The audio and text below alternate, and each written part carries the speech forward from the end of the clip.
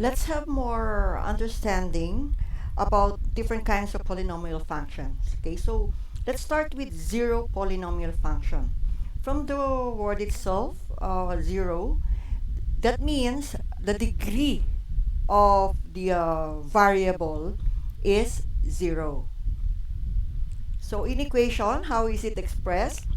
The polynomial at x is equal to a times x raised to the zero power, where your a is any real number and your x is the variable raised to zero power. Since this is raised to the zero power, this is also equal to a.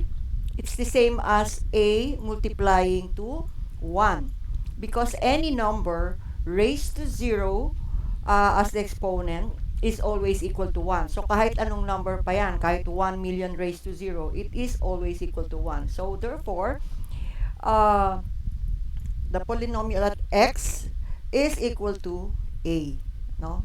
Hindi na natin kailangan pang ilagay yung 1 or yung x raised to 0 power.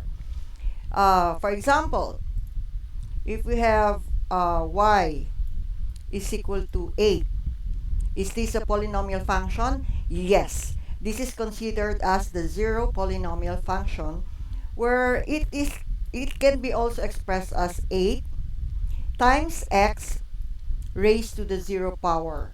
Okay, so yung kanyang variable na x is raised to the 0 power. Okay, next, we have the linear polynomial function. From the word itself, linear, that means the degree is 1. Yung degree na yan, ma-identify nyo yan kung ano yung highest exponent niya. Okay, for example, we have ax plus b. Okay, so yung your a and b are all real numbers. As I've said dun sa previous discussion natin, sa previous video, dapat yung coefficient must be real numbers. So that's why yung a dito at yung b, yun yung mga real numbers. And then ano yung exponent na x dito? It is understood that the exponent here is 1. Hindi nga lang natin nilalagay yung 1. Hindi na kailangan ilagay yung 1. Understood 1 yung exponent niya. Sabi ko nga, yung 1 natin is our invisible friend. No? Akala mo wala siya dyan, pero andyan lang siya palagi sa tabi mo. Okay, so the exponent here is 1.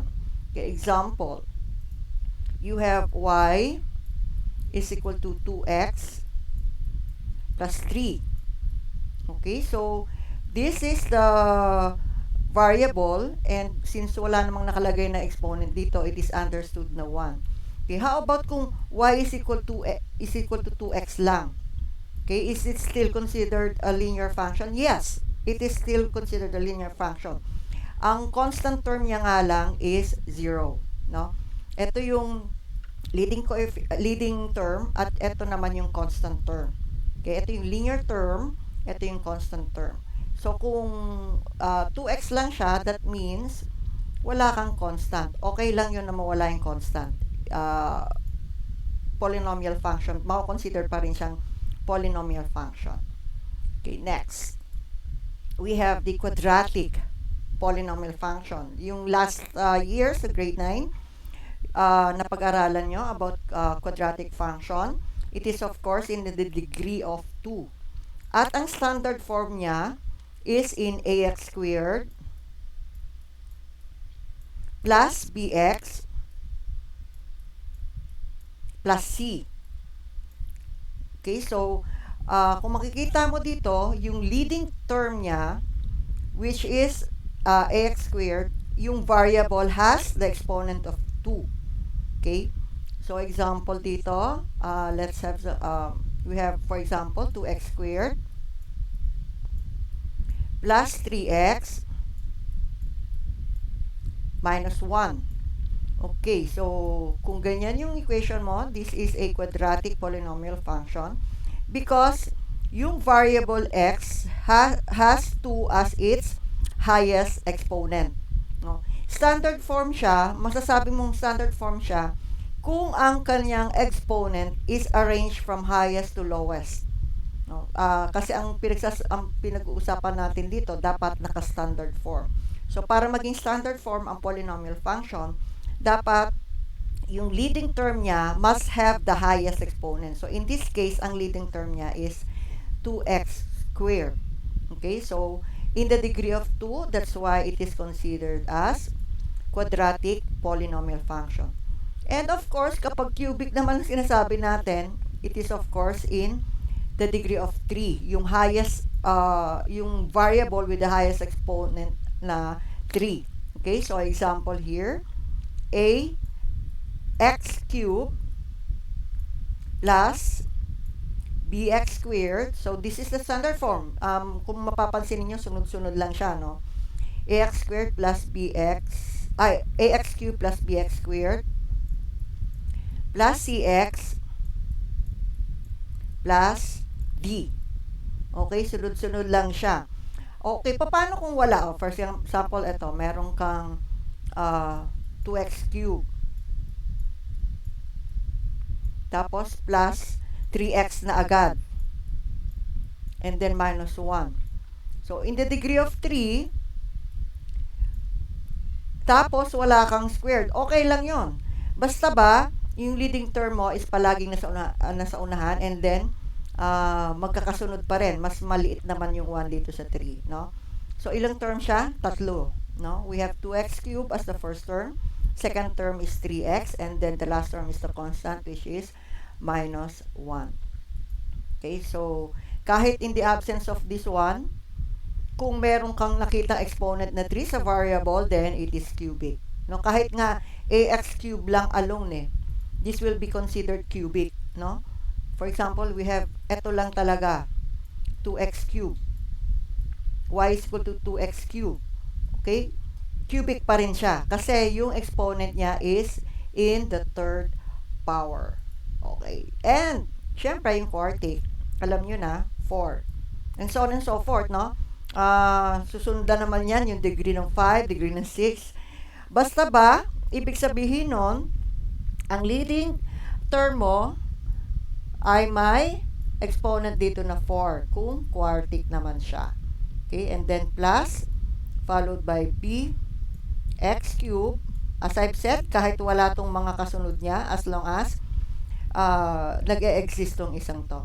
And your a here is any real number. And then, plus c x squared plus dx plus e. Okay, so ang constant term mo naman dito is e. No? Raised to the fourth power yung leading. So, ganyan lang. Okay. Try nating i-describe ang bawat equation na ma-encounter natin. Let's have some example here. We're going to arrange it into the standard form and identify the degree, the leading term, the leading coefficient, the constant, and the number of terms. So, ang leading term, yun yung merong variable na may highest exponent. No, yung leading coefficient naman, yun yung number na naka-multiply dun sa variable na may highest exponent. At yung constant, syempre, yun yung walang variable. Or yung variable niya is yung x na nasa zero power. And then, number of terms. Pagka sinabing number of terms, kung ilan siya separated by plus or minus. No? For example, we have 3x. Ma'am, 2 terms yan. Kasi may 3 tsaka may x. No. This is considered as a monomial. No? Iisang term lang to. Isa lang yung term nito. Kasi, ang ibig sabihin nito, you are multiplying it. Kapag multiplication involved, hindi mo sila pwedeng paghiwalayin. Pero, magiging binomial siya, magiging 2 term siya, if it is separated by a plus or minus. No? If 3 plus x. So, therefore, this has 2 terms. No? Yung terms na yan, mabibilang nyo, tignan ninyo yung, i-check ninyo yung mga plus and minus. Yun yung magse-separate sa kanila. Okay, so, let's have an example here now. What if we have an equation, y is equal to negative 4x squared plus x to the fourth minus 45. Okay. So, inspect nyo kagad. Ano yung mayroong, yung exponent na mas malaki? Ito. No?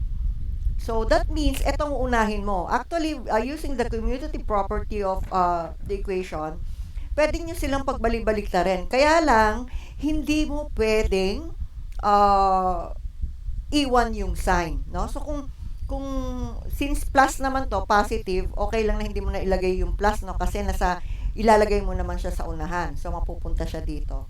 X to the fourth. And then ano yung kasunod niya? Eto, ma'am, paano yung cube? Wala. Okay, kung gusto mo, lagyan mo ng cube. So we have 0x to the third power. Pwede din naman ganyan. Pero 0x to the third power is equal to 0. So you don't have to put it. Okay, so hindi mo na kailangan ilagay yan. And then, so that means ang kasunod niya ito. No? As I've said, huwag mong kalilimutan yung sign. Huwag mong iiwan. So we're going to put minus 4x squared here. And then, minus 45. Okay, so naka-standard na siya. No? Ilagay natin ngayon dito, y is equal to x to the fourth power, so quartic siya, no? Minus 4x squared, and then minus 45. Okay, let's describe this equation now. Ito yung standard form niya. Yung degree niya is of course 4, kasi yun yung exponent ng variable mo. And then the leading term. Of course, itong leading term mo, no? X to the fourth. Siya yung nauuna leading, no? Nauuna. And then, ano yung leading coefficient niya? Ano yung number na minultiply sa x to the fourth? Siyempre, sabi nga natin, yung invisible friend natin. Pag wala kang nakitang number, understood 1 yung number dyan. So, 1 is the leading coefficient. You don't have to put 1 here. Invisible friend naman natin siya. Akala mo wala, pero adyan lang siya sa tabi. Anyway, so the leading coefficient is 1. And the constant, of course, is the last term here, which is minus 45. So, don't forget about the sign, no? Wag iniiwan yung sign. Because 45 is different from negative 45. Okay? Hindi sila equal. So, kailangan kasama palagi yung symbol. Now, number of terms, bilangin nyo. 1, 2, 3. No? So, the number of terms is 3. Okay?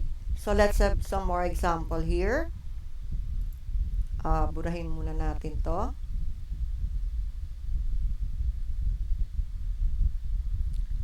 Okay, so let's say we have let's see. Yung mas mahaba-haba. Okay, y is equal to 1 plus 2x plus x to the fifth minus 4x cubed plus 2x to the fourth plus 5x squared. Okay, so is it in standard form? No, syempre, no? Nauna yung constant eh. So, tignan ninyo ngayon, inspect nyo, ano yung pinakamalaking exponent dito? So, ito. So, ito ngayon yung magiging leading term mo. No? So, lagay natin dito. Idiretso na natin dito. Y is equal to x to the fifth. Siya yung mauuna. And then, followed by, meron ditong 4. So, ilagay natin plus 2x plus 2 times x to the fourth power. And then next, may 3. No? Kaya lang, minus to. So, as I've said, wag na wag iniiwan ang sign. So, we have minus 4 times x to the third power. And then this one, plus 5x squared. So, we have plus 5x squared. And then, meron tayong plus 2x. Plus 2x. May constant term tayo. Yes, itong 1. Positive siya dito, kaya dapat plus 1 ang ilalagay mo dito. Okay, mahaba-haba, no? So now, let's describe it now. Ano yung degree niya? Of course, it is 5. Dahil yun yung exponent nung yung leading term mo, yung variable na leading term mo. And, syempre, yung leading term mo is x to the 5th power. And wala naman siyang number, so understood. Yung invisible friend natin na 1, andyan. And then the constant term is positive 1. And then the number of terms, bilangin mo 1, 2, 3, 4, 5, 6. No? So we have 6 terms here. Okay, so last one. What if we have y is equal to 5x plus 9x squared minus 3x to the 8th power. Okay, obviously, hindi siya naka-arrange from highest to lowest, no, yung exponent. So, arrange natin. Ang mauuna dapat, ito. As I've said, don't forget the sign here. Pero kung plus yan, hindi mo na kailangan ilagay yung plus kung leading term siya, no? So, ito yung magiging leading term mo. Negative 3x to the 8th power. And then, ano yung kasunod? Ito na, plus 9x squared. Plus 9x squared. And then, lastly, ito, 5x. Since positive siya, that means this is plus 5x. Okay, so lagay na natin. Negative 3x squared. So, y is equal to negative 3x to the 8th power pala. And then, plus 9x squared.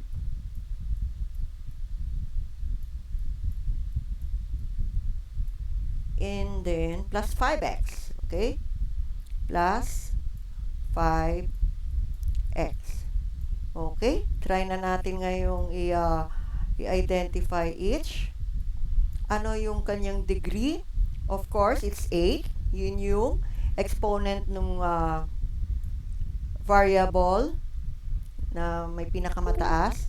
So, what is the leading term? The leading term is yung nauunang term dun sa equation mo, which is negative 3x to the 8th power. So, yan yung leading term mo. What is your leading coefficient? That is the ano yung number na minultiply doon sa variable. That is negative 3. And the constant term, may nakita kang constant term? Wala. Baka naman wala kayong ilagay dito. Pwede mo kasing ilagay dito plus 0. No? Hindi na nga lang natin ilagay kasi ganun din naman yun. Ba't kailangan pa ilagay? Pero kapag wala kang nakitang constant term, that means ilagay mo 0. No? Hindi pwedeng i-leave blank mo yan. Ibig sabihin mo, hindi mo alam kung ano yung constant term. It's 0. And then the number of terms, bilangin mo 1, 2, 3. So we have 3 terms here.